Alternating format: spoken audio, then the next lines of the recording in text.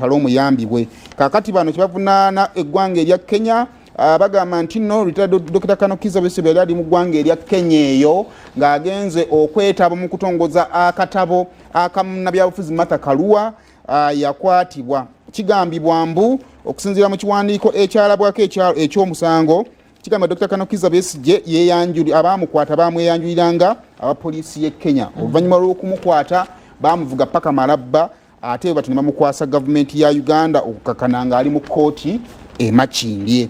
Kaakati okusinziira ku bannamateeka Dr. Kano Kizza Besigye bano bagamba nti waliwo amateeka agatagobererwa mu nkwata ya Dr. Kano Kizza Besigye. Abantu ab'enjawulo nno balowopeddwa Cabinet Secretary wa Foreign Affairs, Cabinet Secretary wa Defense, kuliko Inspector General of Police, Director of Immigration n'abalala bangi balowopeddwa. Okusinziira ku munnamateeka wa Dr. Kano Kizza Besigye Omuloodi Elias Lukwago agamba nti baamala ebbanga lingi nga bawandiikira embase ya Kenya mu Uganda nga bagibuuza bannange kyali kitya byajja bitya naye tebaafuna kukola ki kuddibwa mu kobbo katuddukire mu kkooti enkulu e Kenya ate osanga gye tunaafuna okuddibwamu okusingawo ku ebyo.